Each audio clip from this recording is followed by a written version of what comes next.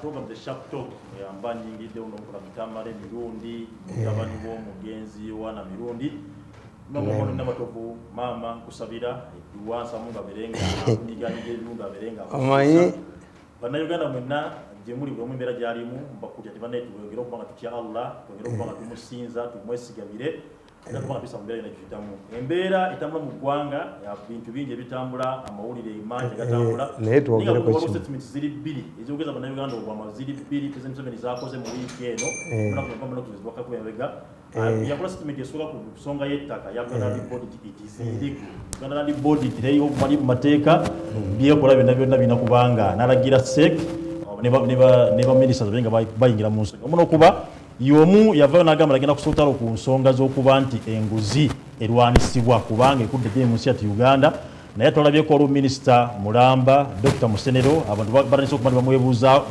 complaininga waliwo abatakize bagamba awo ensimbi yabulankanyaawo kizo javuye nabo nagamba nti mumugendeko mpola era nga ebinaava sinabibaga si birungi munampulira akanfaamu era ini yemu nennakalema gyakutte nti bantwale mu kooti Museveni agende nti ono decorated gen awumere decorated gen nawe genda kuya decorated gen naye nze mbagamba naye leero muzeyi nga tonaba kugenda kukyatugamba era suuti mashallah ngonyiridde. Yes, I have to be a smart man. You see this thing is happening.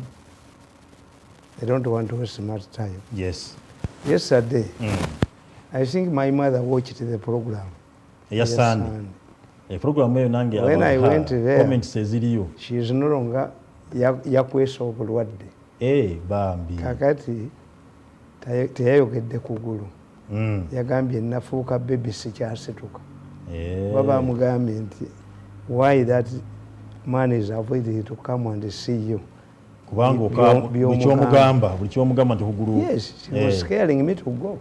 Singa tewagenda wa mukama wo.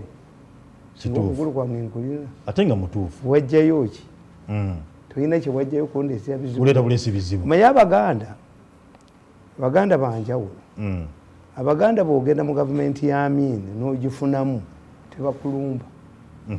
Kuba oyina kyewakola kyewafunamu era batera okugamba nti yanoonyeza baana be kamuwogo wekiri naye bwogenda mu bantu ne kamuwogo ne kabulayo era babuuza kati wakimaki abagonde kakati maama Fina gulaba mulumba ne bannaddiini tebamulumba bamuyita n'abagulira emmotoka kituufu. Do you know that maama Fina bamuyita ku mikolo gya fundraising egya church?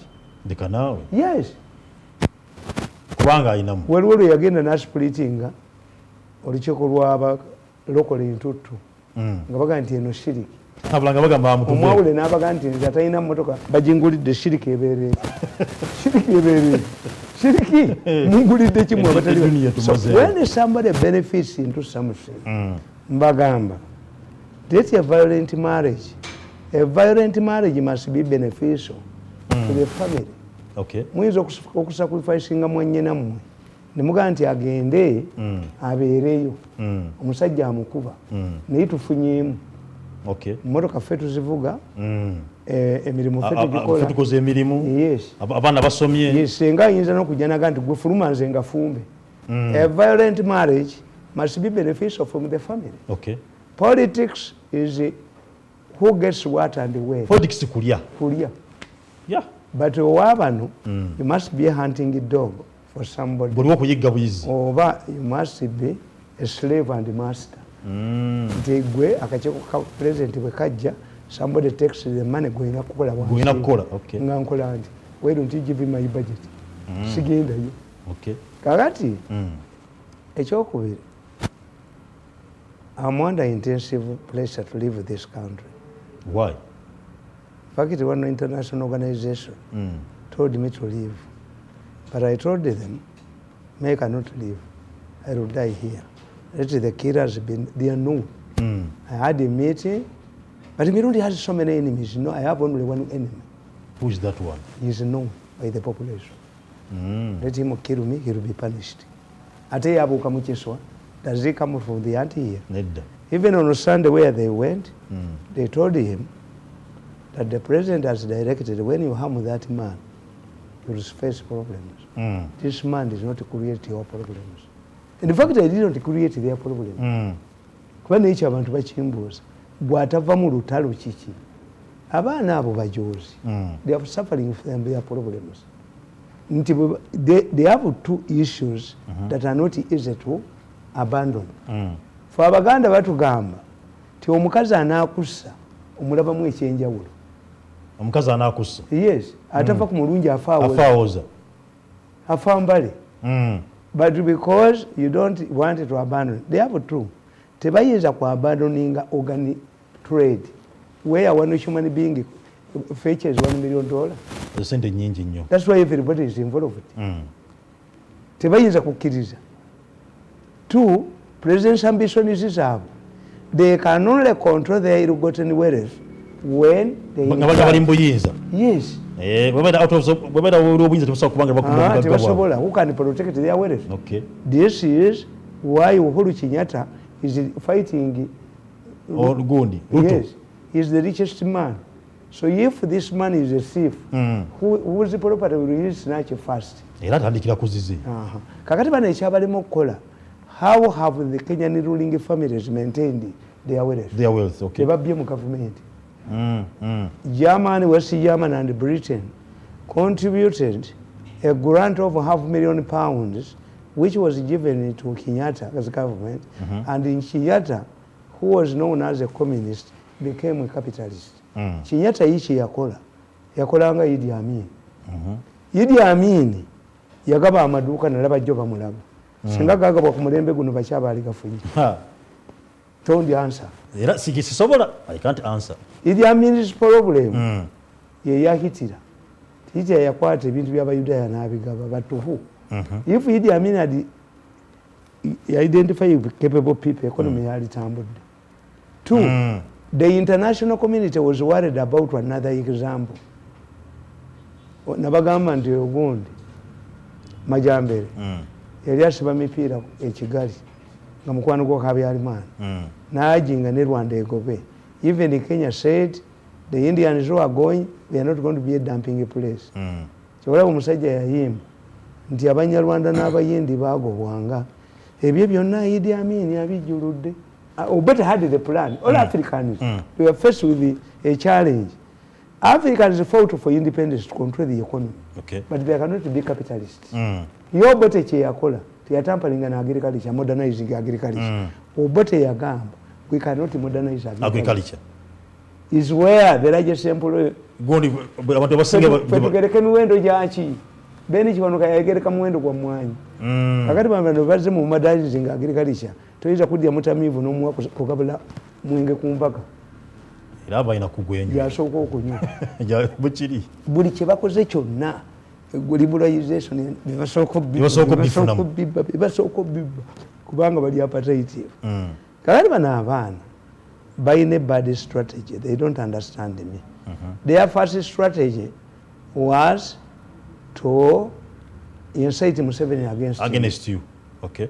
But Museveni is a muyekera. Did they expect that Museveni would call me to listen to the tape?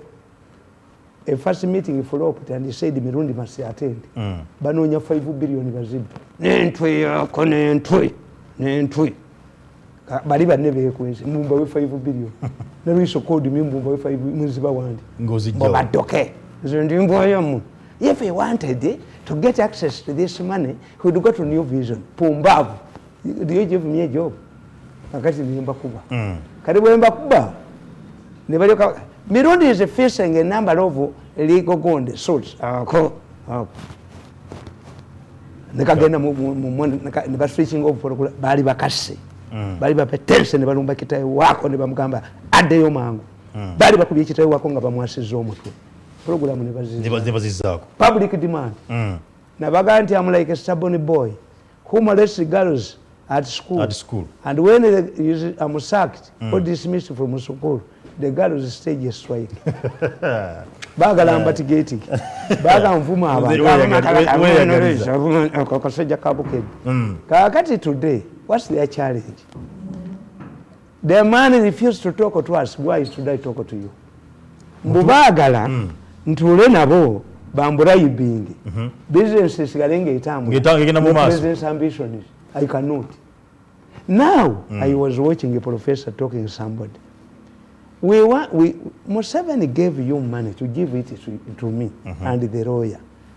An arrogant man put the money away.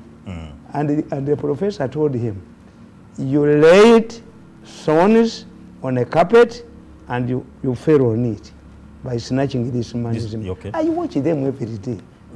Era mwene simu yange mulimu abazungu abogera oluzungu. There is an international spying agency. But they have helped me. I also hear what they say. Yes. Very good English. Bogera. Kakati bana abana nkubulya nkonkuluding. Ewaffe waka. Ati ne bagija ku option yesembayo. Sitabu him economically ajja tufakame. That's what he told the professor. I want him to come on his knees. Gentlemen, let me tell you, I'm Imandwa. When we talk about these things, you don't know.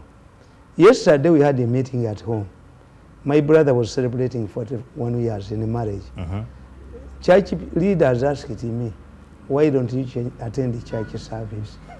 He said, you fight for Catholic battles, you have defeated the book. I said, yes, but I'm Imandwa. A man cannot kneel with anybody. A man comes from Okubandwa. A man teyetowaza tekakana. A man teyetowaza. A man, you are elevated from a human being to a superhuman being. I'm not an ordinary person. In fact, I told you I wasn't supposed to work. Yes, yeah. My mother had to appeal. The man angemugezi nnyo. Yes, I was supposed to work. Kakati oyo alowooza. Naye mwe mutuule wansi mubuuze. Evaluate. You see the problem with Africans. They kakati ono musajja wa Ethiopia. Alwanye n'alwana. Batuuse omutwala. Ng'aga tuteese. Ate Africa is in problems. Why? Your headquarters, they decided in 83 because America frustrated Gaddafi from becoming the chairman of African Union, never got to furniture for Addis Ababa. The fire is from Addis Ababa. Where can African leaders find the solution to Addis Ababa? This must be a very important strategic man. The achiever of African. They are watching when the headquarters is burning. Because under their rules, they must sit in Addis Ababa. Who can run in Addis Ababa now? Nobody. Right? But wasting a lot of resources. Professor, I'm Imandwa. You cannot starve me. Nemugamba abantu bonna tebamuwa ssente tebakola ki. Tetwayagala ssente za Museveni tuzikweke. Ssente za Kalulu n'azitwala. Manja miliyoni 7 n'alulya. That same man na making sure nti nze buli kasente kange konna akalya. But let us evaluate. Mukoze losses maker. I hear them talking.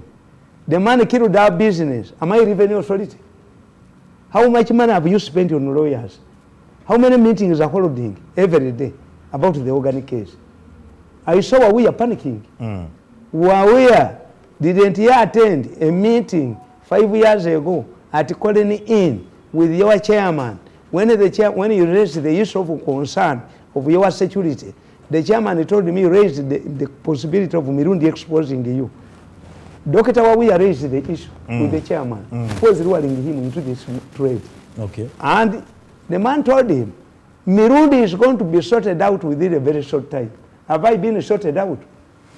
No. Mr. Tamale, understand. I'm not. Nobody will force me in this country. Emandwa tesobola kufukamira muntu. Wow. You get my money.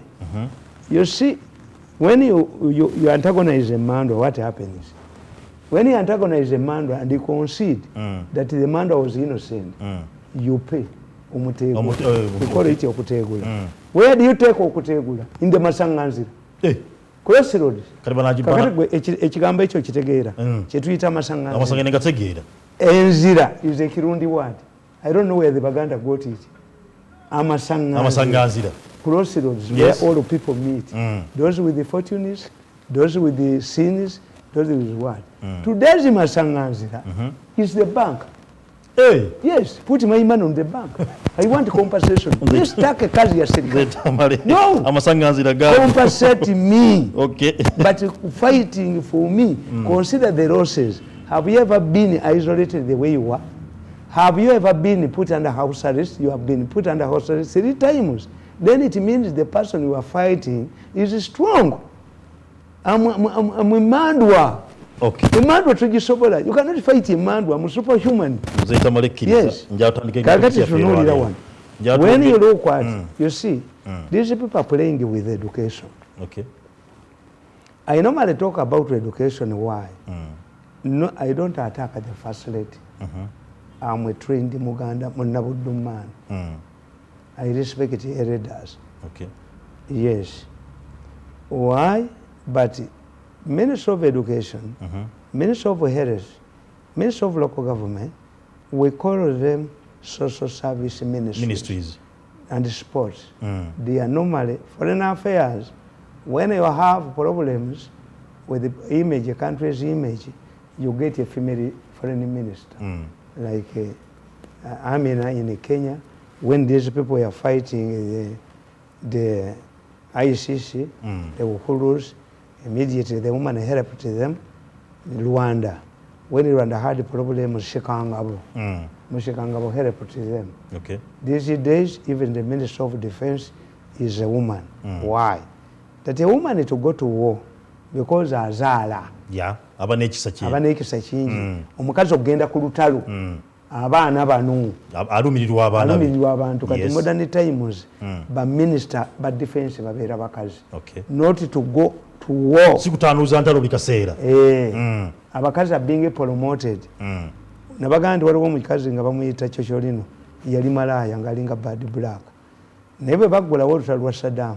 Yabaga nti he was a member of the Italian parliament. Don't go to war. Okay. Send me to Saddam. I will spend the night with him.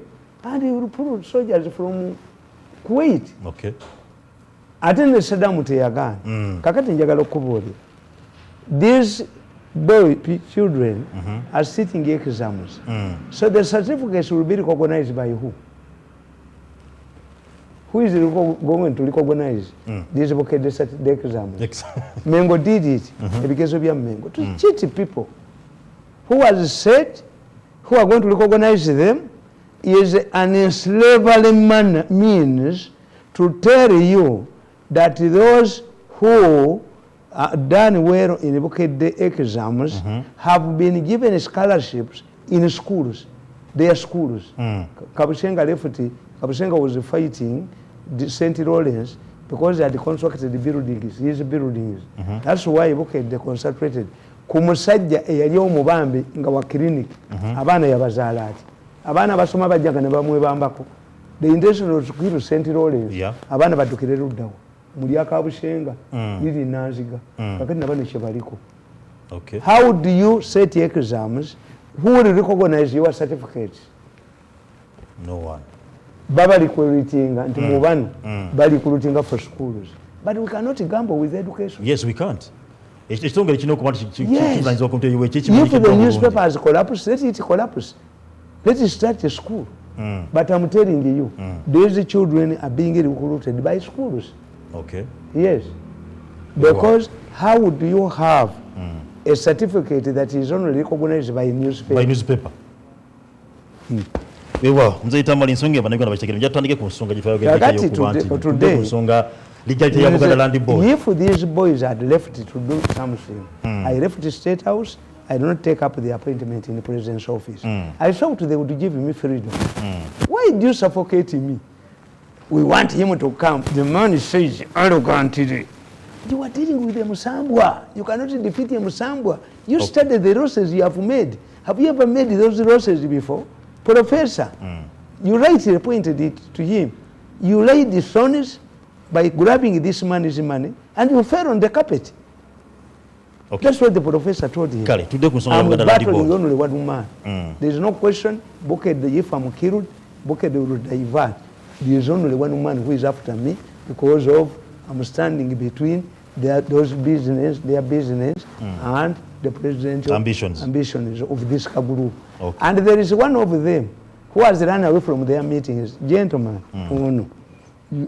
Amulani was convicted on earlier tapes. Before you ran away from these meetings, you had already participated in earlier discussions. So, Mr. Kamani, by running away no you were going to convicted on earlier recordings they had when he attended. No percent China, no percent Oman, no percent no, you were convicted like others. When you impregnate a girl, you cannot solve the matter by running away. Even Uganda says, Onogo Mazambiro, attend the meetings as usual.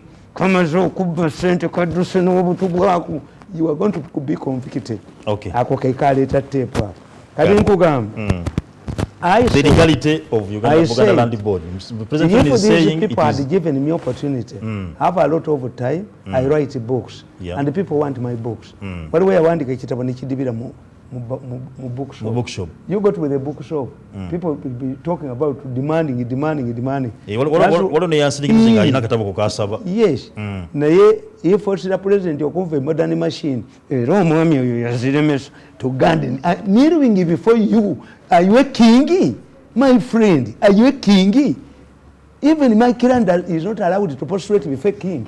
A man cannot prostrate before king. Okay. I'm a man. Kakati mwebintu ebisinga obungi. The president legal advisors don't tell him. Nga president mbadde mujjuziza ku mwana. That girl, that boy was arrested in 2014. Ono gwe bagambye yatta desire mirembe. Gashumba was arguing as if it was yesterday. Kesi yadde. The boy was arrested in 2014, released by the police. Naddayo n'asoma n'okusoma. He carried that he was an undergraduate. Spent 5 years during his medical degree. Yes. Nobody bothered about him. Yes. He went and worked in a government hospital as the law requires. Nobody bothered him. When they knew that there was remaining one ministry of justice, and Museveni could give it to Bagemeire, they picked it. The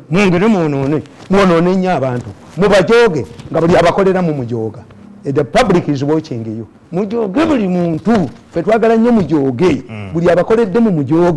The public is watching you. Okay. Yes.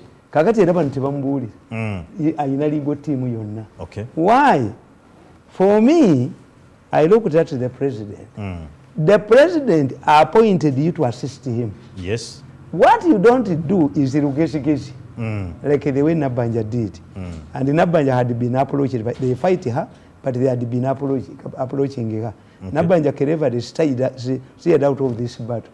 Said, me, I know Mirundi, the type of character. Na katwale misindi kanu. Kabadeko gobera Nabanja buli wamu. Kagarika mbavuli. You came to advise the president. Yes. Even if the president makes an outburst, he's a normal man. Museveni is jovial. What Museveni doesn't want is rugezi. Okay. You get an opportunity, go to him and explain. Nenze nabalabanga. Era Museveni yakubuuza. Who directed you? No mwogera. Is it true? Do you have a letter? Do you write? Yes. Kubanga nze banwanyisa nnyo. Then I came to know about him. Okay. Kakati baligo gundi be tebamubule nabaga nti the first casualty Museveni suffered was his statement had suffered a contempt card. This vision came later. Discussing after telling them kubanga balwana bawambadde amawulire. Museveni talina mawulire. Bakola amawulire nannyini buyinza sente najja naziyolawo abalala bamukole tulimbwazo. Kakati today, can Museveni fight Buganda Land Board? I compared this situation to Obote's situation. Obote wanted to tame the violence of Kabaka Yekka. What he did, Obote, Parliament set up a parliamentary committee to investigate atrocities of Kabaka Yekka. Because Abakabaka Yekka bali batta aba UPC after the launching of UPC Buganda. Okay. Endagaano ng'efudde tekabaka Yekka yanaabiranga mu Buganda. Kakati akakiiko bwe kwatwalayo lipooti abakabaka Yekka n'abaali baagala okujja ku Obote diverted the motion to Masiro Gawa, to Masanga ge Congo, ne Goloti. Obote almost lost. Singate yayina maji. Obote bali bamukubi. Parliament had successfully put Obote aside. They had appointed an interim gundi, Katikiro, Gulesi Ibingira. Okay. Singo Obote tiyeyambisa force bali bamuwambi. Yes, he moved in, grabbed the ministers mu cabinet. Naleta gundi. Kakati Obote yali koze ekintu kimu. Yali gani let us register political parties and they must have a national character. Kabaka ikati yali baddewo. Tiyali kuli yali badde vuddemu ki? Two, yali yawo no central yokka. Why do you want to ban a party, arrest those perpetrators of crimes? Naye omusajja atya mukazi we akola ki? Akuba bwamulira nti yamutambuza. Yasoma diguli. Kati Obote instead of confronting him at that time, this was before 66, yasalawo awere kabaka yekabayiro. Instead of arresting the kabaka yeka people. Okay. Instead of arresting the Buganda land agents who are causing mayhem in Buganda, Museveni is looking at the land board. Are these Buganda land board agents who are terrorizing Buganda not arrestable? Do they enjoy diplomatic immunity? No, tebalogulwa mateeka. Yes. Nyai cannot quarrel with it because ababasajja bagezi nnyo. Bazanya Museveni ekintu kimu. In 1955, the Namirembe agreement, the Kabaka was divorced from politics. And they said the power was vested in an elected Katikiro and an elected Lukiiko. Mutesa nga takyalina ki? Takyalina buwogerero. Takyalina buyinza. Onu paper. Naye Mutesa yakola violence one. Yakola violence in a group of people. Era abazungu ne bakkiriza, gavana yakkiriza ti onu paper, we wanted to tame him, but he became more powerful. Abaganda ne batandika okuyimba. Muleka atabaale kasita ali mu nsi ye, muleka atabaale. Ndi kabaka tasibwa tateekebwako gundi muleka atabaala alazeewa atabalira mu nsi ali mu nsi era muliira yagenda mu Lukiiko lwa Buganda n'abagamba nti kabaka ne Beni Kiwanuka kabaka takyalina buyinza bulonda Katikkiro, kabaka talina buyinza bulonda Lukiiko, asigaza abantu abo, kabaka talina buyinza. Do you know what Museveni Mutesa did? He organized a fake party. Naita Mulira ne mukazi we. As Mulira was moving out of the Rubiri, the bambu wa grabbed Mulira's wife. Hey. Ate lwaki? Namusigaza. Kabaka namu Mutesa forcibly took over Mulira's wife. Okumulaga nti ayina buyinza. Because Mulira had explained in the Lukiiko that this had become a Kabaka without powers. Mulira went to court. Nasuinga Mutesa for grabbing his wife. Okay. The judge said, the Kabaka is not suable. Gandhi su Mutesa as an individual. As an individual. Namusikaza namuzalamu n'abaana. Even the Anglican Church that had officially married Mulira with his wife in church did not attack Mutesa. This is the nature of feudalism we have. Kakati bobo bato bategedde basajja abo kulwana nabo. Anti bagira abantu. Museveni has no following in the media. Yes. Media see ye. See ye tetajirina. Taina ye. They were creating a spokesperson bameka. Okuja kati bayina ina Nabusai. Yes, Nabusai tajja kwogera naye amawulire agamanyi. Nono Kirunda. Okay. Kirunda is 75. His approach is 75 mine. Is combative, explains and what. That's why it was a very good choice. Okay. Yes. He knows what this young man knows what he's doing. Kakati bwoba toyina bantu betegese kulwanirako lutalo. Who is ready to fight for Museveni? Simulabawo. Kakati akatabo kano nakatuma nti bafunda ne Sserwajja okwota. The word kufunda means purifying. Baavuma Museveni nti tukoye ne Sserwajja okwota. Semwogereza. Okay. Yaga tukoye ne Sserwajja okwota. Kakati I wrote this book explaining to Semwogereza. In fact, Kotesa was annoyed and he said he responded to Semwogereza. We are not the Sserwajja okwoters. We were in Sembabule when Buganda expanded and they took over Sembabule. Who is Serwaji Okwota? Okay. But what does the Muganda call Serwaji Okwota? Serwaji Okwota, Nabagamba. If this young man can leave me to do my work, let him drive in his different lane, pursue a president, and also leave me to do my work. And the professor advised this man to leave me to do my work, and me I have nothing to do with the president's ambitions.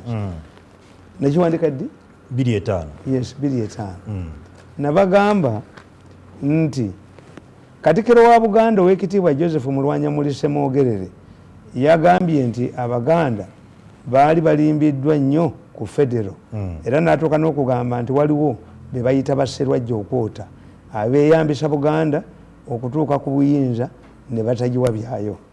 Ebigambo bino byanyiza abantu bangi omwali ne Pulezidenti Yoweri Museveni okwo kossa omubaka akiikirira Mawogola mu lukiiko lwa Paalamenti ya Uganda Mwami Sam Kuteesa bwe yagenda e Mengo n'ababaka ba Paalamenti abava mu Buganda yategeeza abakungu b'e Mengo omwali ne Katikkiro yennyini tibasaana okukomya okuvuma abatali Baganda nti baali Basserwajja Okwota kubanga Abaganda be baava mu Buganda ne babasanga mu bitundu byabwe bwe kityo Abaganda be Basserwajja Okwota. Oluvannyuma lw'okumanya kakati Serwajja Okwota kitegeezaayo. Serwajja Okwota means that a person you have helped n'abeera ewuwo atuuka n'okubba ekibanja kyo n'awasa ne mukazi wo nti Serwajja Okwota is a Kiganda proverb. Serwajja Okwota means nti Serwajja Okwota lusinza ne nannyinimu entanama. Entanama is to stretch your legs. Okay. A person who has come to warm himself gets a time. Wamba n'ebibyo. So that's why this Smogere was referring that they helped Museveni, but Museveni has not reciprocated. Then I said, okay, let us analyze. How many Basserwajja Okwotas have we had? The missionaries were Serwajja Okwotas. Bawamba Buganda. Yes. They defeated Mwanga. Why? They brought development, schools, religion, and the people abandoned the Obusamize. The remnants are we, like me, Mandwa. Yes. We are very few. In fact, I wrote a book, the role of witchcraft in a malicious society. Yes. I don't go to court. Nkugamba nti abaminsani abaali bavudde Bunaayira abatalina magufa g'abajjajja bwe mu Buganda baali kabaka bamututteko abantu nga tebakyamuwulira. Ekibiina ekibi ekiri nti nga Mwanga Katikkiro Ssemwogerere teyatunula kwebuuza nti lwaki abantu baali batwaliddwa abaminsani. You must find out. It is embarrassing, let me tell you. I wonder whether lawyers do logic.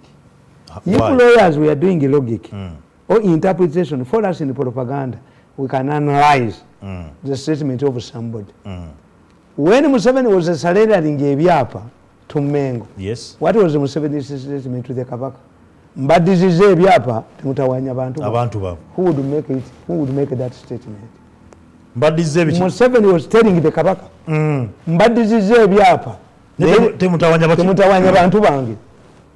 Very embarrassing. How can an LC chairperson tell me that please look after where your children and wives? Embarrassing. Who should tell the other? It would be the Kabaka to go to Museveni to tell Museveni, I'm not seeing Baganda in your government. Because the Katikkiro of Buganda, all the traditional leader can be tribal. Yes. You are not a national leader. Yes, but how many times has Maika gone to the president to ask the president why Baganda? How many Baganda in the government? Even today, when Museveni attacks Buganda Land Board, that is creating mayhem in Buganda, is embarrassing the Menga administration. Who should be? Yes. Menga administration will be telling Museveni, your people. Utubanga tukaba ekibataka mu Rwanda. Mengo yali badde president government chekola abantu. Police chekola. President kati yagamba. Museveni yagamba bana abemme. Very embarrassing. Mayiga should resign. Yes, you see for you, a person who never did the logic. It would be me to tell him. Which one of the Yagamba Sabataka? Nti abantu ettaka bakola ki? Bagoba abantu bange. And Museveni leads the way. Very embarrassing. Too bad. That's why for me, whenever I have problems with my wives, I don't go to their homes. Hey. No. We must solve the matter here. Nti nagenze ku buko ne bandagira nguliye mukazi wange olugoyi asiimani. Asima bali. Asima gwe. Asima oli abakulagidde. When my wife decided to do what they call okunoba in my family takomawo because I don't go there. Esawa zino abantu basiima Museveni. So see. In fact, in spite of the fact that Museveni does not disciples who can articulate this land is a problem where even if Museveni does not have the media, but the people are supporting Museveni. Why? The problem is there. At one time, the president visited Wakiso and he found out that 4,000 people were homeless. And Segona represented the area. And Segona was standing up and Museveni talking about diverting into federal. Museveni told Segona, you were a young man. You were even benefiting from my swagger. You cannot lecture me on this. But Segona, because you know, why is Randy Eviction concentrating in Wakiso? An acre in Wakiso is 300 million. An acre. So, Ogula Bala Disi, no Gulaba Lamuzi, no Gulachi. Buna. Imbuzo. Ono muzungu gwe naleta wan. Yes. David Connell. Ebye Wakiso nga bimubbi mu land office. Nga bidde kundi land title bijikuwese. Bwafune a special title. Miso negenda mwenyine mu byuma byammwe n'ebijjayo n'embibwa omuzungu. N'agwa ba negadduka. Era omulabuzi Nabaasa ali bali mu nsonga eyo. Yes. Anoonyerezebwa nabo ku issue. Nabaasa akatabo kange bwe kali. When the judge becomes a thief. Yeah. Yes.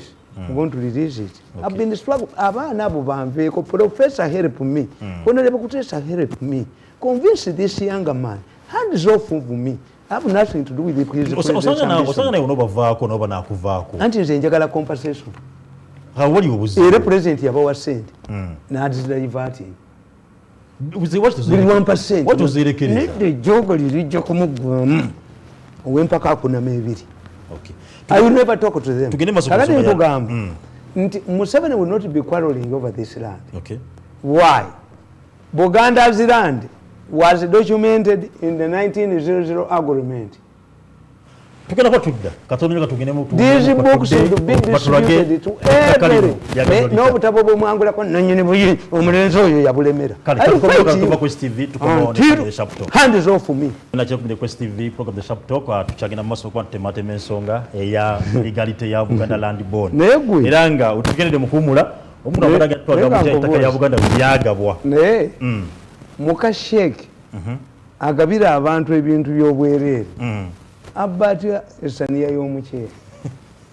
How can these rich boys who were paupers yesterday, who have acquired wealth, who are not lacking, they have bought buildings everywhere, that you were forced into selling organs as if you were cannibal?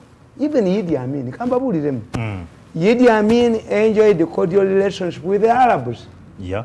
Did Idi Amin round up Ugandans to take them to Saudi Arabia as slaves? No. Idi Amin, you criticize, never took Ugandans to Arab countries. Yes. At work as slaves. What Amin did for Abasoma history, Ngabini Wali, Yajamunti slaves trade, see Abawalabu, Yagamba Yab America. Amin Yabuza, Ntiobanga, Abawalabu Basuulanga Abadu Kapubadi Ruda Walabu.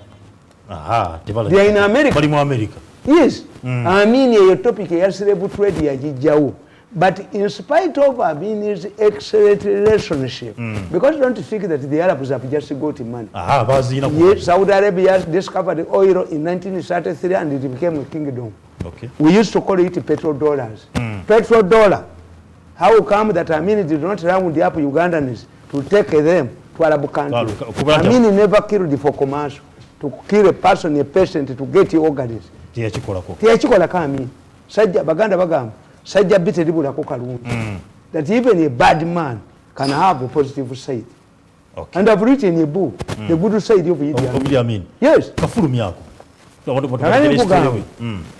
Bali bagaba ettaka mu ndagaano Lwenda. Ettaka lya Buganda. Ettaka lya Buganda. Nobody would be talking about land in Buganda. Okay. Because every land in Buganda is documented.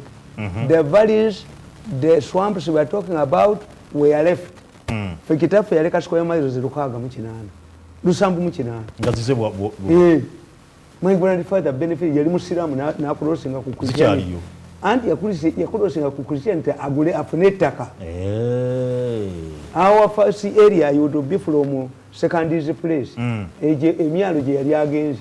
Mukwano gwe namuga nti bamuyitanga kiddukanya. Onkubye ekaliisizo ti waliwo maire zisigaddewo jangu tezaabalema. Sikoya miles munana nga balina ssente zizikuba abasaveya. Zaabalema. Because the British wanted to create, like in 2000 in Britain, they created these thinking that they are investors, but they might vanish. But they realized until Omuganda talima wa munni. That's why the landlords who started the arrogant slogan in Sokoteria mwami, let the bush remain there. Kakati ate ne bakizuula nti bafuna mu basenze. They started rearing ebibanja. Ekibanja means ekibanja. Ekibanja means that I will pay rent up to busulu. Kiva kuze ne kikwata n'abaana bange. Ekibanja. Sikibanja. Okay. Emandwa. A person who has been processed from ordinary human being into supernatural. Okubandwa nadense kubuulidde. Tukikozesa emirundi ebiri.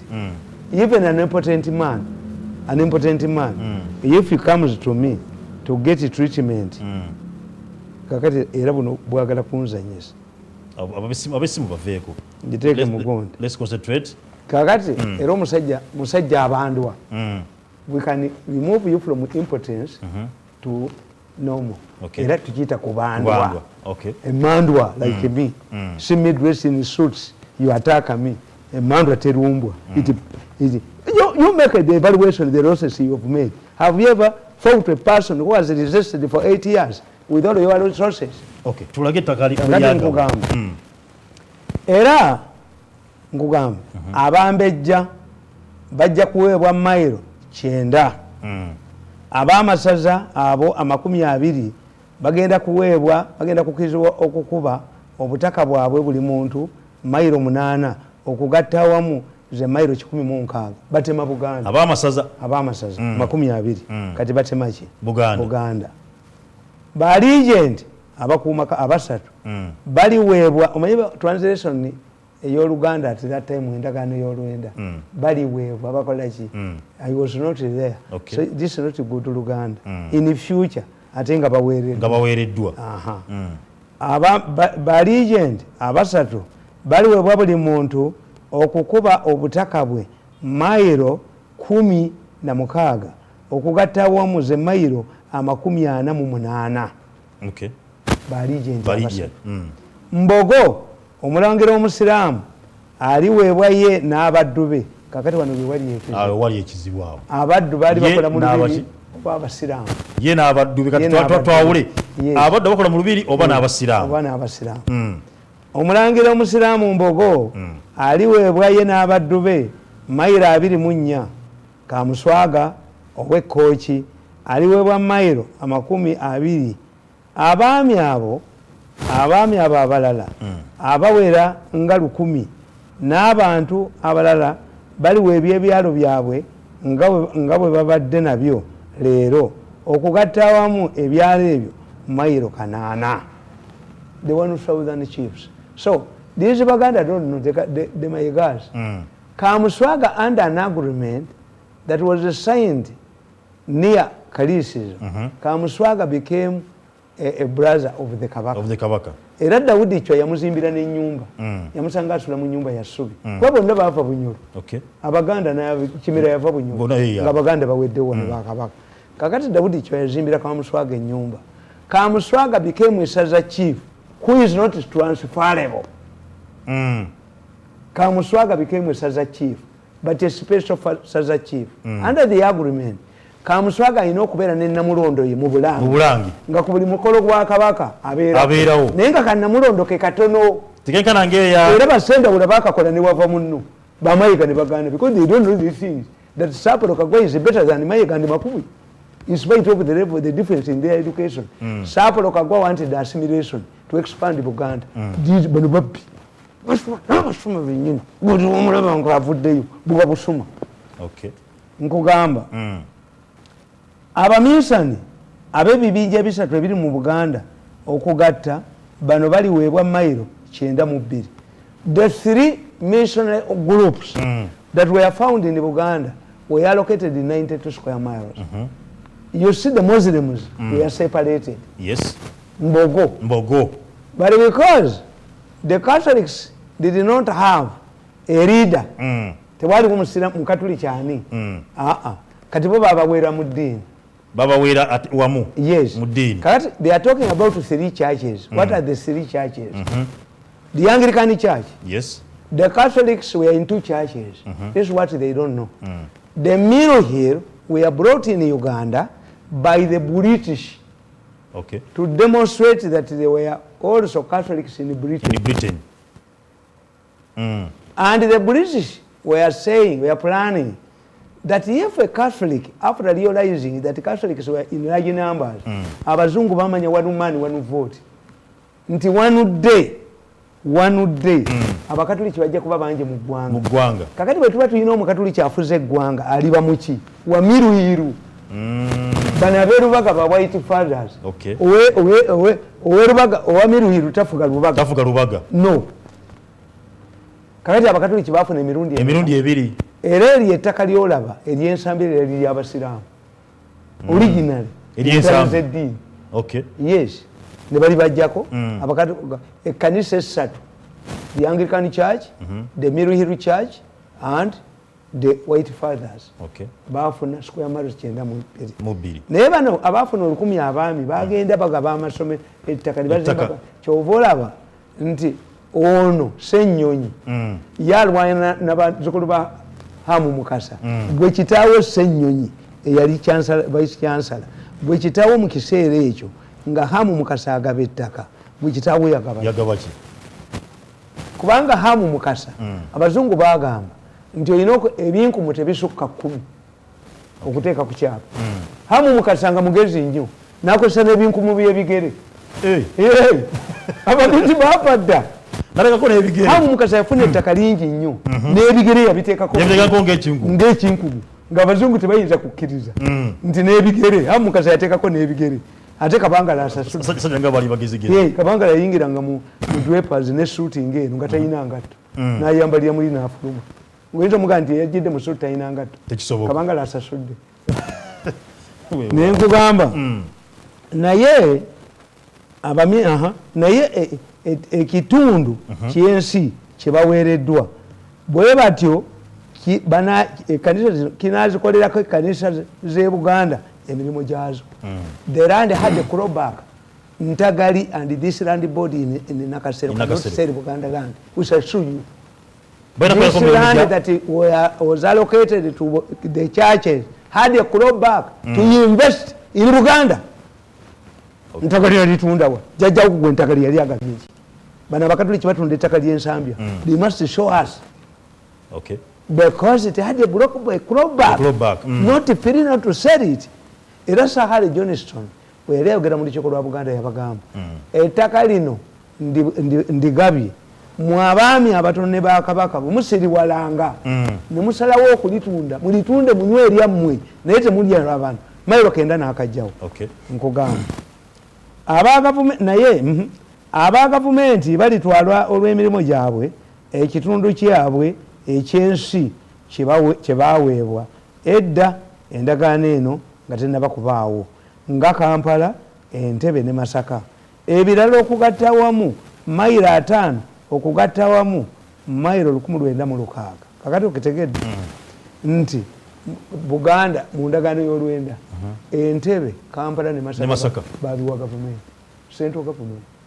Kampala Central Business District, Entebbe and Masaka. Yes. awava engombe yegambe nakuzo nti Kampala teri mu Buganda anti ate bagenda nabyo mu nkaaga ate baali baagala okumenya endagaano y'olwenda ng'ate ebyabwe tebabizzaayo bizzeeyo mu bikomyewo mwenna mu bikomyewo kaakati nkugamba nti era bwe balambula obulungi obwakabaka bwa Buganda ne balaba ng'ensi tetuuka mayiro 19 ekitundu ky'ensi ekyaweebwa aba gavumenti ya Queen kirisalibwawo bwe kiti omuwendo gwa mayiro eziwandiikiddwa gufaanana nga ensi bwe yenkana naye bwe baliraba ng'ensi esingawo mayiro 19 ekitundu ekisigalidde kisalibwamu ebitundu 2 ekimu kyongerweko ku bitundu ebyaweebwa aba gavumenti ya Queen n'ekirala kiryongerwako kabaka ne balegenti n'amasaza kakati bagamba Buganda yasangibwamu mayiro 19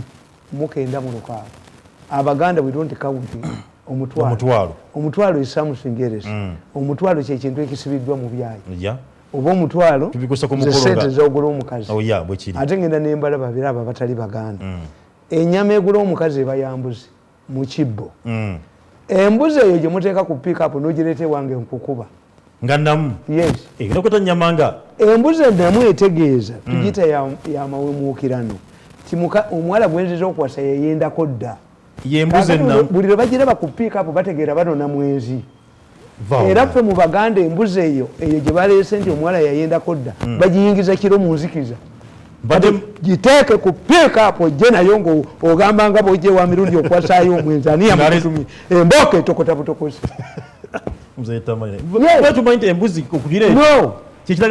embuzi mu Buganda ya mirundi 2 omukazi alina omwana we ng'afiiriddwa ng'ambeerera bamutira akabuzi ka lunaku lumu akalya yekka naye bw'akalya ng'omwana simbeere babikola n'atuula mu ddagala buli bazaala bafa the Baganda looked for something that is not commercial ennyama y'embuzi yebeera mu kibbo si bisambi bya nte anti tikiriiyo obwombukuba obwogera ku mikolo mbukuba bwonna tewali amanyi Luganda embuzi eri ku pick-up ejjeevuma gy'ogenda kuwasa kitegeeza tugiyita yamawumuukirano ti omuwala wammwe gwe mukima tukima mwenzi tugiyita yawemuukira ku lujja yamawumuukirano ennyama egula omukazi ya mbuzi yebeera mu kibbo omukazi azadde omwana embeerera yali akabuzi akolunaku olumu yes ate akalya yekate nga temulimu nnyo kakati akugamba nkugamba ekitundu ky'ensi ekya mayiro 9 ezibakayanya ekirimu enkoola n'emitala n'ensiko era n'emitala egyo egisimbiddwa abakopi oba abagenyi b'emitala egitaagabirwa kabaka oba abaami ekitundu ekiri bwe kityo olw'endagaano eno kiweebweyo eri Queen Victoria ow'e Bungereza era ow'ensi y'e Buyindi era n'omulamuzi w'e Buganda naye ebinaavanga mu kitundu ekyo binaateekebwanga ku musolo ogunaasoloozebwanga mu pulojekiti ya Buganda the 600 square miles 9 square miles they are talking about was not given to the Kabaka, was reserved by the central government to keep the Bakopi. Yes. Era Sarah Harry Johnson yagamba zino nzirekeddewo abaliddawo abasajja bakugambye ti mu Buganda tusanzemu mayiro 19 naye batuliddamu okusaveeyinga ettaka lyetulizuula liri we babagenti ababasaza naki the bazungu knew they were not going to have they ever carried out another survey. Kabuki yagenda asimba ebikondo abbe bamuleeta talinya minisita wa Kabaka. Are you creating boundaries a with state? Kabuki olwo ababbi emmengo bayiyiza okusimba ebikondo nga yinola bakuba Kawuki abanyolo n'omuleeta nenyina tekyamutegeera ng'alinga alumiddwa akajanja k'okusimba ebikondo ne kama kakati nkamba ebibira biritwalibwa aba gavumenti okubikuumanga ebyo ebitaliiko bannannyini byo era ebitali bya bitundu wabula ebiri awamu era nate ebibira ebisaanidde okukuumibwanga biryoke bibeere ebibira eby'e Buganda byabamu byaffe forest were reserved bwe batandika okugaba ebibira esese ne babaguka ebibira by'Ssaabasajja Kabaka babisaanyawo ebibira by'Ssaabasajja bo eyo gundi Bidco is not a Malaysian company yani ya Nicholas Biwott Kenya miringo babba binazi they deliberately sank 5 vessels in Lake Victoria ebinazi biraga Nairobi badya Museveni bamukolera ka factory kaliwa e Kenya manya ejinja nti kakola bidomola ebinazi bikola bidomola obo bagenda kujja bantu kusanga obbe waliwo omusajja omu bateekawo binazeera ebyo nababbi batu mwebaze babaddeyo ebyebaze yabaddeyo yes bagenda teekawo binaze project ya gavumenti buli womulaba naye nse namuwona nsejja kumuzitama kyoliko project ya gavumenti egenda kusanga obbe bajja kuddukayo ebinazi biriwa gavumenti buys the land erikuze kwani kyobulaba yabaddeyo abasuma bonna babadde ne bakuba kasolo kuba babala bakuba kasolo bamutulize ku ttaka babbe ettaka ly'esango bbe yes babala nnyo nze nkugambe ti omwana omusango yagu allegedly 2014 the way the Kashumbas were talking as if the way the president was talking was as if the boy has just been released let me say it what sikyanenya amini and the foreigners Uganda they tell us kabaka tatta basakiriza nentwe ya connected gwe mbakera kumacha ne mbakolimira nengende wafu nze Tamale mulyebuuza ekyabalumbye emmandu yina kumala giriwa mutegule ekole emikolo muwumule nezo sente zemugamba yes our lawyers outside they are destroying evidence what happened to your earlier lawyers baba $1 million asatu the bazungu are cheating you when trafficking in human organs and humans has been elevated to capital offense munawonamu ekisoboka muyinza okuwona nti your minister agamba yes the Amalan came and appeared as if he was a pharmacist yes okay but if they show you photos and recordings where you minister you met Amalan according to statement zotu engalo gyosomyemu awo Uganda Land Board evunaanyizibwa ku ttaka ki Buganda Land Board akenda tekavunanyizibwako Buganda Land Board eyo eya gavumenti ya nkaaga mu mukaaga gye yakuba from now yes Buganda Land Board yali evunaanyizibwa ku mbuga z'amagombolo kubanga bakulaze ebintu bibiri abasajja bakugambye nti essaza liweereddwa square miles 8 for development yes ne square miles 8 za lusuku owessaza kakati ye president kye bamulimba nti baba ye Museveni yatunulya bizimbe bino kozi banoonya square miles 16 kiwala mali bo baali banoonya bino they were not looking for dilapidated buildings yes they were rewriting the 1900 agreement as we speak today the Kabaka who was allocated only 350 square miles kati atuse mutwalo n'okusoba kubembuka z'amagombola yazitwala kiwala bimali interest makubuya where did we sit as Baganda to interest this land Buganda Land Board yes yeri solo company anti nkugambye yawandiisibwa yes Buganda Land Board yene eriyo eriyo essaawa zine bakye bakola Museveni kyali bwekiti nti bwe baagana regional tier bone bagamba who can stand up against us to explain to Muganda nga ne Museveni anoonya kalulu tabakonfalwatinga ate Museveni bw'olwana naye akulekayo okujjako ngaaze Muganda me I don't need Museveni to facilitate me no does he give me money no me a president can say nawa mengo byeyagala ng'ebyapa ne batutigo byafu n'akalulu like Obote did but it will be short lived I'm going to stay here I cannot allow a situation nti ngamayiga gye yali aleese ekyapa mu ngalo kyapa mu nyuma ate kyamulemu tufune ebyapa emyaka 49 nga yatusingeyo ewa Museveni kane Muganda get a lease president najja kiwakanyiza ofuna lease how because a lease first of all tubabanye tufune lease lease bakuwa emyaka 5 nga bakyakustudyinga If you deviate from the original purpose of a lease, then nti wagamba kuzimbawo nyumba residential. Notandika kulimirawo. Otwala kyoni. After the lease we may buy us land together. Kabaka atwala ettaka lyaffe ng'alitwalawo. Teyina walitwala. Obuzibu bw'amaye kabano batubuulize. Katonda bwe yayawula olukalu n'ennyanja ekyapa ky'ensi n'akiwaani.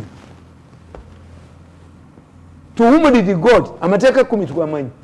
Ensonga semasonga zo twazijjawa. Zajja n'ennambi n'ekintu. This is the Mayiga tell us.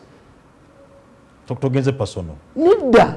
Anti be bayimbira ensonga semasonga. We know the 10 what? Commandments were given to Moses. Ku lusozi Sinai. Ensonga semasonga zajja n'ekintu twatula ludda wazaapaabwa mu mpale y'amayiga mu nsawo ye luddawa. Tamale wenda buzibu issue okuba nti Buganda Land Board etwala kanettaka etyagiweebwa nti Buganda Land Board ziri ssatu. Yes. The Buganda Land Board that emerged out of this agreement original where land was distributed because we are talking about Buganda Kingdom. Yes. Nti Buganda Kingdom gye twogerako kati. Kakati Buganda Kingdom yazimbirwa structures olukiiko ebiki byaliwo. Era luno olukiiko lwa Buganda bakugamba nti bwe baamala okukola ebintu ebyo omusajja gamba era buli muntu alina ebyalo ebisinga yiika 1,500 ebyalo ebyo ebifaanana n'olubiri emirundi 2 anakkirizibwanga buli mwaka emundu emu akati bazze mu mundu. Every Muganda man had a gun. Buli Muganda yalina emundu. That's why for us we have the original name for mundu. Sira ya Kiswahili. Emundu yeze Kiswahili ya kibundu but omugemera wala. Yes, omugemera original name. Ye kamwakabi. Okay. Abaganda batujiyita kamwakabi. Bukasama waba wafudde. Ibuchiri. Kakati mu what you don't know. These people babazanyira ku kintu kimu. The Buganda Land Board, the original Land Board, went away in 1966. Kakati netujja tuzawo Kabakazi structure. Kabakazi structure eri Emmengo teyina buyinza busala misango na bwakiramuzi, which means it cannot manage property. This is why when bana abafuusa b'Emmengo makubuya buyamala okulega obukontikoti bw'obukonokkedde, the Kabaka is keeping this land in trust nga muli malawo.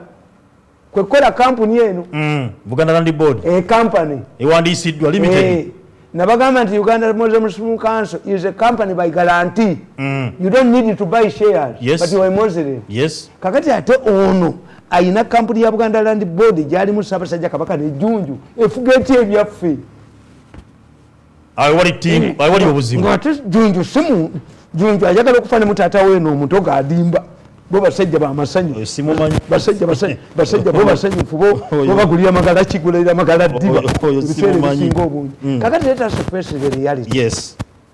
With this information that every land in Uganda is documented. I always ask people who come to me, the Banyankole are finishing us. Do Banyankole have magnets to seal your buguzi for us? Ever since my father died, ebyapa byaffe webiri. Era tugenda buli kaseera okubikyekingako. Tewali asobola bibba. Osanga muri era bwe mbadde muganda mu mugagga. Osanga mwe muri voko nti batya baga Mirundi kitwetanda. Ewaffe balogo. Twatambulako okuba ettaka eryo abasajja ne batugana ne mmwe. Jjajja mwe yatusanga kuno. Yes. N'atulekawo. Bakitamu batulese. Mwagala tutunda. Ewaffe oyinza okutundayo omuntu. Notagwa ddala. Nti bano batabaala bano. Namwe mwabaleka. Ewaffe eriyo emmandu ez'amaanyi. Ebyomu ebyo mwababiyita siriki. Ewaffe gyebiri. Jatumba ensonga ya Buganda Land Board. Nembukube nembukuba obusuuti nembukuba nembuwanika obugulu. Jatumba ensonga ya Land Board. Kwate ku nsonga ya Dr. Musenero. Nti Land Board yabika bisatu. Yes. Museveni cannot argue because the traditional institution in Mengo does not have powers to manage the property. Okay.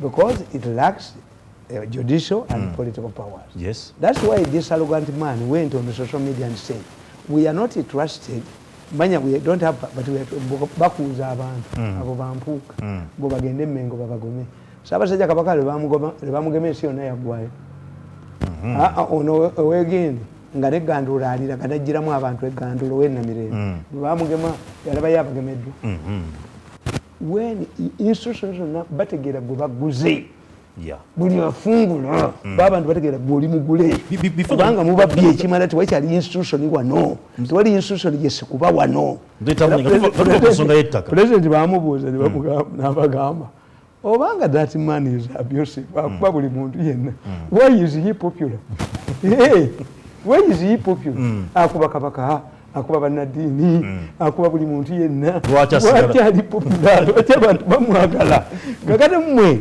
kyekikulu nti institution zaffe tuzoonoonye so therefore we don't need the repeat of the 1960 crisis over the matter what you need to tell the public obanya abasajja aba Buganda Land Board kati neeri abannamasole baalitwala tulaba ono omusajja gundi Kichoncho Medad Kichoncho Medad ettaka lye Rusange yaligula mu bbanka lyali lya Namasole Namasole yennyina wa Kabaka kati baabawanga mwe bali muno Badamasole n'abambejja naki kakati balisinga mu bbanka the best property to buy is from a bank because a bank has examined nenkola ki negamba nti oli yatengayo nga lirye teriddayo naye bakuba kikyonjo ono omusuubuzi manyi agende wa kikyonjo amusabe sente kikyonjo n'omutwala nga talinnya yali agenze wa Bobi Wine mukoddomi wange amutundeyo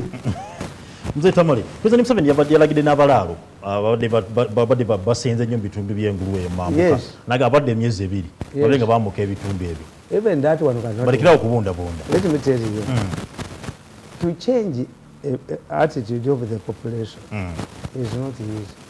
The president has been working on this from the 60s. Yali agalana kuvuganya Gundi yali vice president Gundi never dividing ne Gundi ranches. That's why I told you that this old woman came from Ankole looking for his son in Kampala called Mirundi. Nokugamba nti president yabawe bakwate mutunda ttaka lya mukazi oyo ne balitunda ne bagirya musene ne bamulekerawo kakogero bwe kati. Okay. Yes. Era kati yandabikidde wotegeerera nti bamutiisizza oba bamunyigiriza olaba tibakumubako nti gwa Mirundi toddayo. But it's for me nze ekiri bakikutuusiriza where kakati abalaalo it was not easy for people to settle. When you want to change a society, you must start the why. Is it possible to settle? Era balunda n'egulu abasajja bava mu Sudan ne bayingira mu Central Africa ne muntu zaabwe bo bagoba ki? How can you convince this man that he is not going to move with his cows when in Ntoloko ente emitwalo 10 zaafa because of the absence of dams? How are you going to convince him? Ngo bagenda okuba ba city council owa city council marking ennyumba yange nkusasula omusolo nfune ki mu city council. And you see oba Professor Ndebesa, why don't you why don't you be invited in the parliament and you explain the causes of the French Revolution? I'm seeing these people be busy creating the seeds of the French Revolution here. But political science, no, you cannot fear a government everywhere. Bakisakane babba nalamya kokono ntwalira ku TV ennyumba zammwe tusaddeko namba puleti ezaawa wampola kiggwe ngububwa bwena nyini ttaka. No, tell me why.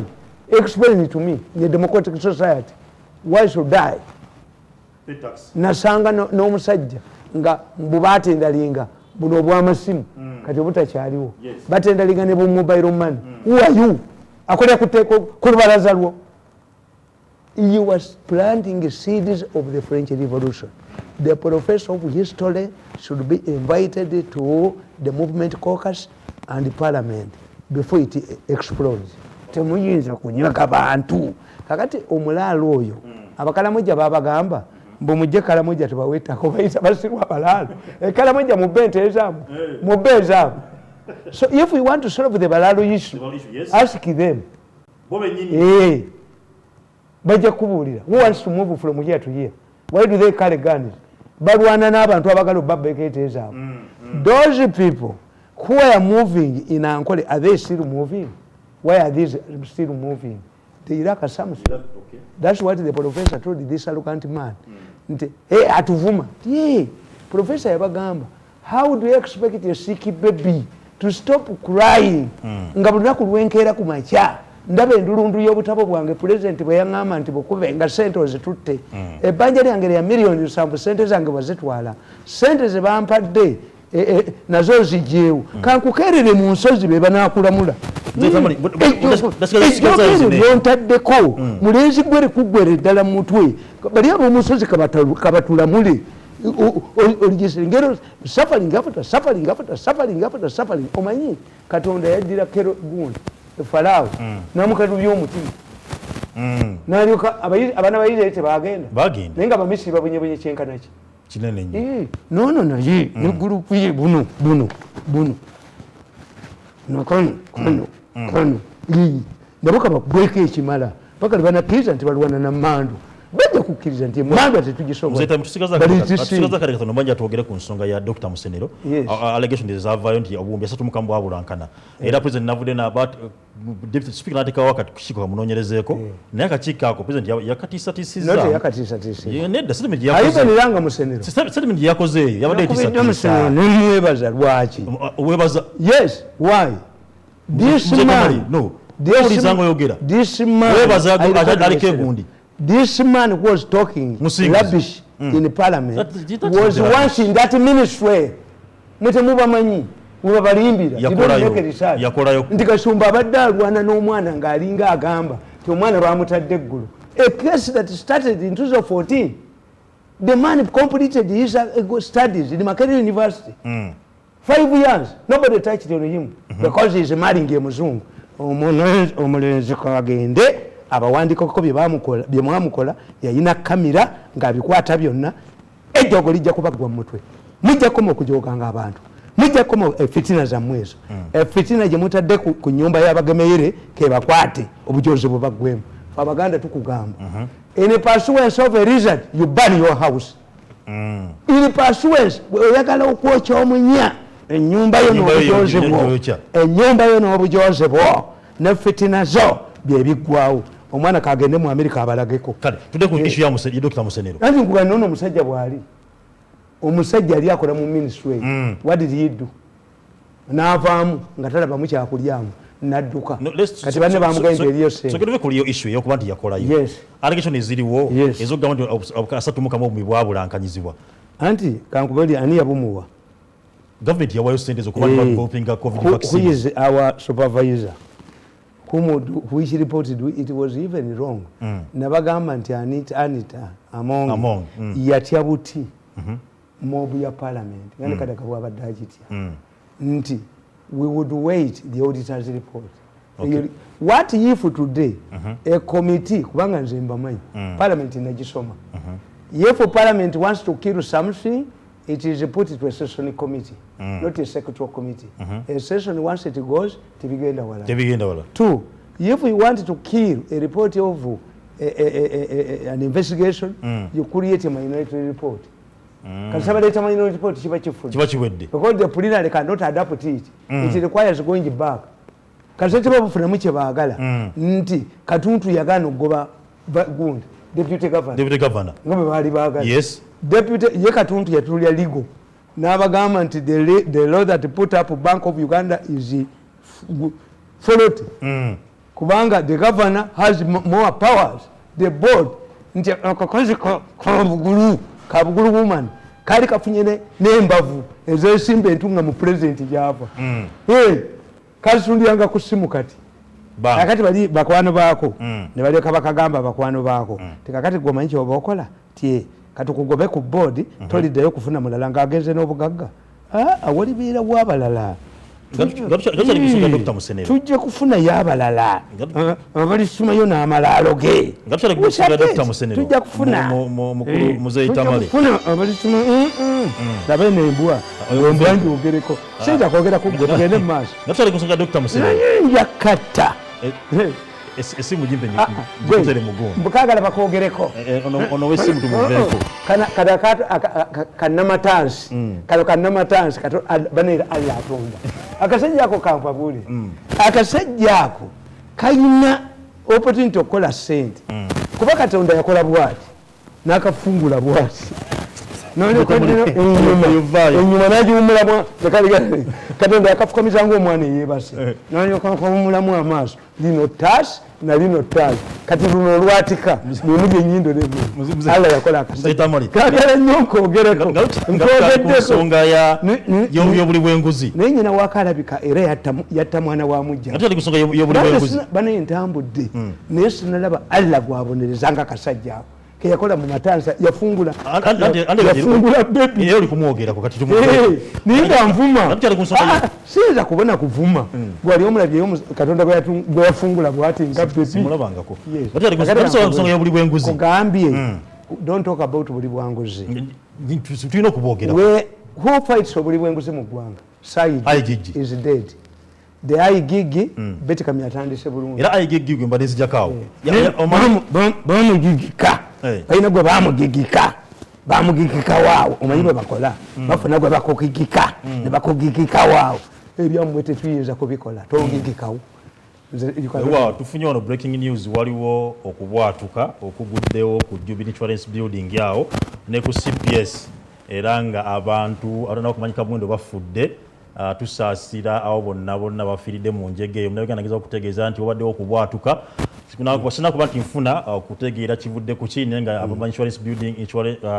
Jubilee Insurance Building ne CPS wabaddewo okubwatuka era nga kufiiddemu abantu tima kuba ntutegeera ennamba yaabo tusaasira abo bonna abafiiridde mu njege eyo naawe ali mu kibuga beera nga weegendeza okuba nti tofuna buzibu bwonna olw'ensonga eyetambudde nga tugenda okuba tumaliriza aigigi Bekikamya yabaddeko omanyi office ya prime minister yategese okusomesa abakozi ba prime minister bali Kyankwanzi era nga basomesa ku nsonga y'okuba nti nno obuli bw'enguzi bukendeera naye aigigi yabadde ndaga nti obuli bw'enguzi buli mu office enyini tebujja kugibwa Kyankwanzi nedda obuli bw'enguzi current government if it has failed they will be arrested bana abango ba mu 2014 tebabajimbye muli enguzi yammwe nobody should beg these people ensi ebafundiridde I know people who cannot venture out of Uganda ono yayina estate Nambe Kenya ICC yalagira government ya Kenya lulinyeyo bafunga mufungi tasobola nakusala busiya yayina estate Nambe Kenya talinyayo office prime minister yeri kupiki y'obuli bwenguzi we shall not get a man who has decided to drink crude walagi netumuga ekibumba kife wajja kubeerawo gavumenti mbabuuza enguudo zikoleddwa zino empapula z'amawulire dulo luyina bukidde ati ngenda kusala seddume y'embuzi I'm going to sort of like goat. Nga Bukedde afuuza somero. Bukedde has been depending on lies. Bukedde has been a mercenary newspaper. The last amount of money they gave you came from America. Naye Saalongo n'aleka mukazi we Bulenga n'agenda agula emuyenga. Naalongo abadde naawe emyaka gyonna. N'osalawo y'omugole omupya opepe ye naye mu mpenkoni n'emmotoka n'ennyumba emuyenga abasajja temwesigika. Kakati we shall not talk about corruption. Okay. Corruption it is even alleged. Nti n'abasajja be baatuma okugula emisumaali Yesu okumubamba bati yali wakomererwa bwati omusumaali ogumu baagubba kwe kumugatta amagulu sitamerika nawe yes omuswali ogumu baleke babbi bino byonna boogeramu bwogezi n'akangabala ebyo byonna babikola nemukono guno yabadde naye mu kusomesa abantu nakalima yabadde Ekyankwanzi ngasomesa abantu ku buli bw'enguzi ate basobola okuba nti bajjeewala sisoma nakusoma ebyo sisoma we cannot fight you don't know primitive capitalism if a country can have doctors who are killing people in hospitals have been indicted, abasawo abayitirive nnyo nga mu mawulire tekiriimu. These are not in newspapers. It's better convert into singa ne monitor naye aconverting into a national theatre, a theatre nezigwawo kati ngalire bwe lifuuse essomero. Yes, people are pronouncing their verdict on newspapers. Yeah. How can you have an independent, a banner, independent monitor, Democratic Republic of Korea, independent of who? When you go to only 10 billion and you cannot cover this case, an international case, kati gwe kwate ntwezago mbubaga wesente kagende mwayisisi gakafaningi. You don't have newspapers. Okay. Who fights corruption? Who fights social evils in the media? There's no media here. The media here is a mercenary media. But you know correct.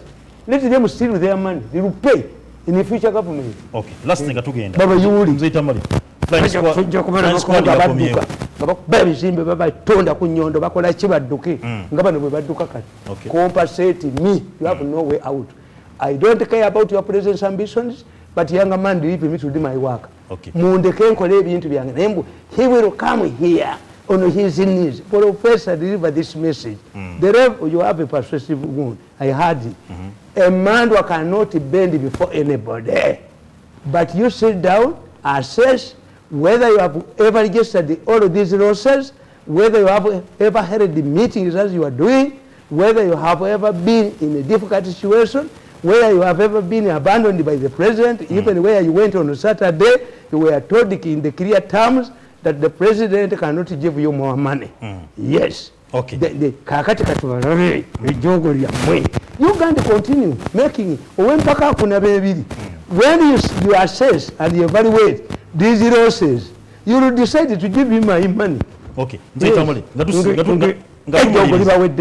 You continue. Akamenya ka flying squad. Kakomeza okubandika kalabya emirimu gyako kubanga balaba criminality amateeka bweyongedde mu ggwanga. Tubale tuyitaga flying squad. The most important thing is not the name, but the people you put there and why it failed. Tuyize mu bibiri Uganda Airlines neegwa ne mukubamu mu bbe. Uganda Airlines erinnya lye lyagwa. Mukubamu mu bbe. Kati nabo bakomeo. Have you decided if a woman divorces her husband, before she comes back, ya says, biki ebyakutwala luli oba abadde anywa omwenge kati abimaze ye mbadde neerabidde okubooli kogwa tunyirira masuuti gano waliwo omukyala bamuyita Sanyu yagaleeta ate bw'oba oyagala okubeera ne feesi olususu olulungi mu blender weyagadde ati twasomera ki bakubye ne bakuba mbu ajja kwavuwala emmandwa I'm not supposed even to work. Emandwa tekuwa. Emandwa ejja kukuba nnyo. Emandwa ejja kutuuka n'okwambala. Emandwa mujja kulaba akasajja n'entu yaako nga kali akasasiro. Mujja kulaba erunatiki ekamwenge. Mujja kulaba erunatiki efotipotulu. Mukulaba kati kwali kwamaanyi nnyo nga kakyoga abantu. Emandwa mugiwummule. Leave Emandwa alone. I want to tell you, I have been open to you. Leave this Emandwa alone. Whoever knows, whoever has influence, to influence these boys, leave Emandwa alone. You cannot battle Emandwa. Mzee Tamale, mbadde nsaba opinion yo ku nsonga y'okuza flying squad. Kyabadde kyamagezi the issue is not the name. UPDF and Uganda Army, what's the difference? No, UPDF and Uganda Army. Probably the difference is that Amini abajasi bali indisciplined. Bali tebasomi.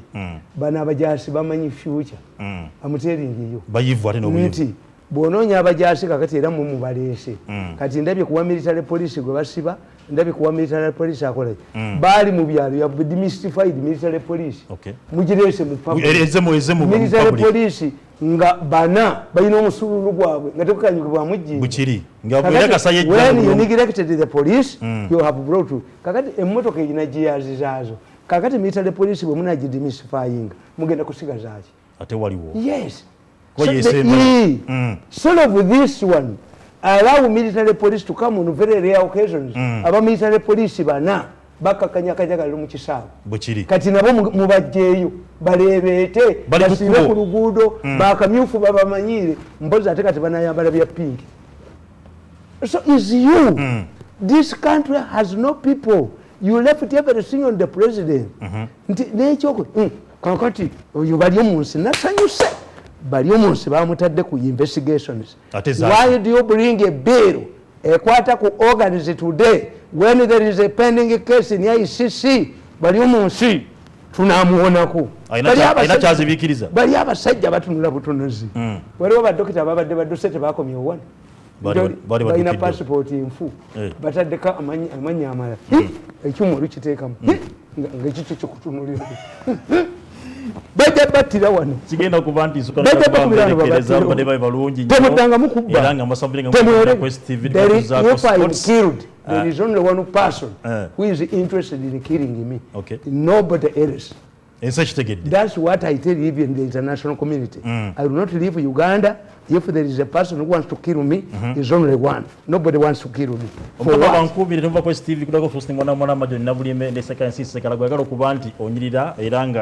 ofanako nganze ekivu kiberenga kikola bungi ali ku salon Joel Makindi abakola bakolako bulungi wamu nokubanga nti nno mbasaba musigale nga muli bakakkamu musigale nga muli batebenkevu kimbagambi kibadde mu kibuga wadde okubwatuka Jubilee Insurance awo ne ku CPS ekibya mawulire kangeno kubanga tambula na ensonga eyo nti we balumba Westgate ne baterrorist bennyini baleeta emmotoka ne basomba abantu baabwe bwe kiri yes singa ewali ekintu explodings manyi Ugandans are used to hard times they don't run away so nga police yasirinzeewo dda waliwo abaddewo waliwo maiti waliwo ki ne bannayuganda onulukazi batta obujulipolice oba political experts come later kuba tebabaddewo tebali stationed everywhere so teach Ugandans that whenever you come nearer these places what if there is another bomb that is going to explode fighters